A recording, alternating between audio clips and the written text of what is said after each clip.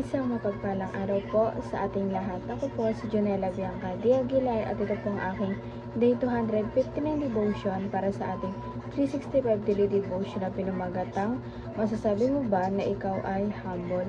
At ang topic natin ngayon ay Son of Man. Sabi po dito yung concept na Son of Man. The title Son of Man is a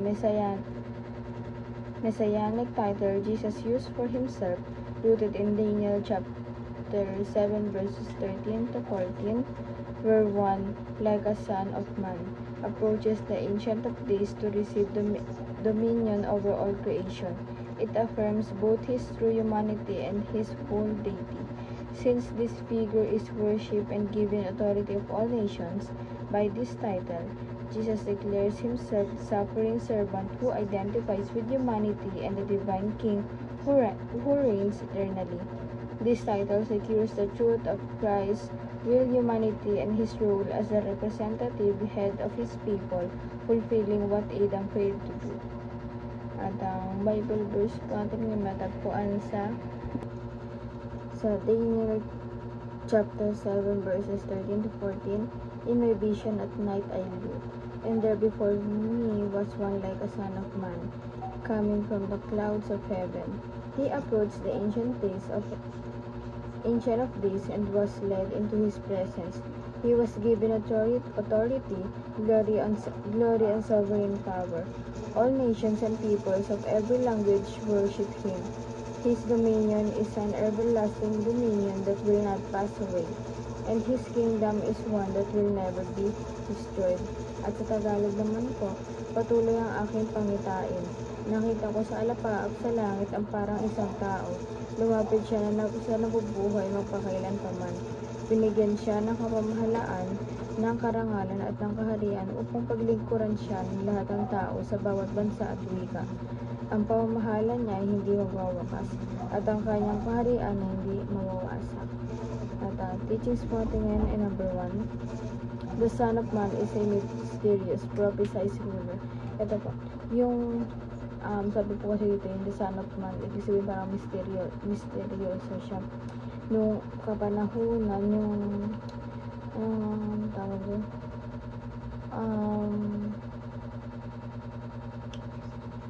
yung unang panahon tawag sa kanila ang ano nila sa Son of Man, Messiah, which is tama naman kasi si Jesus Christ yung tinutukoy nun.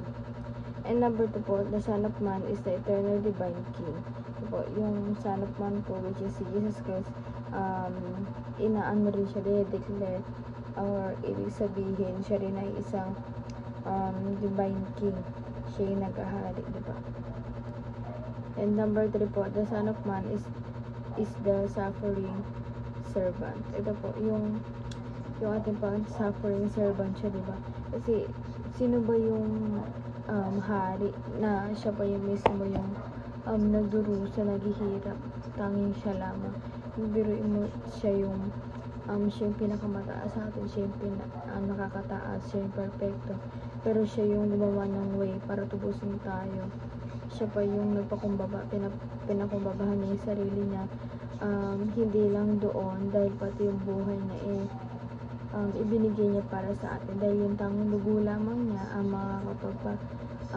pawalang bisa ng kasalanan natin. Diba?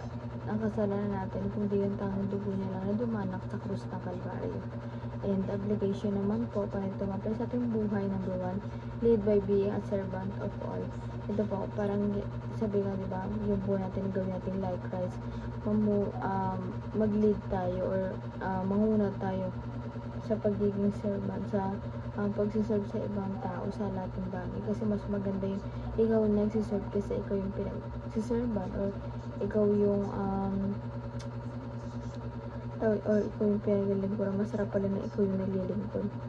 And number 2 po, live with the humanity of Jesus. Ito po, ipamuhay natin yung tawag dito, yung pagiging mapagpakumbaba natin kung paano siya makipagkapwa-tao.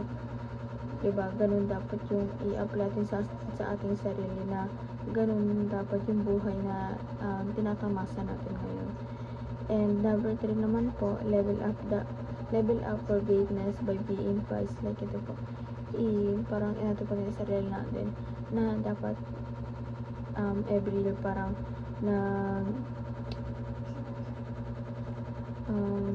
tumataas yung pananampalataya natin, yung maturity natin sa relationship natin sa ating Panginoon, para yun ano natin na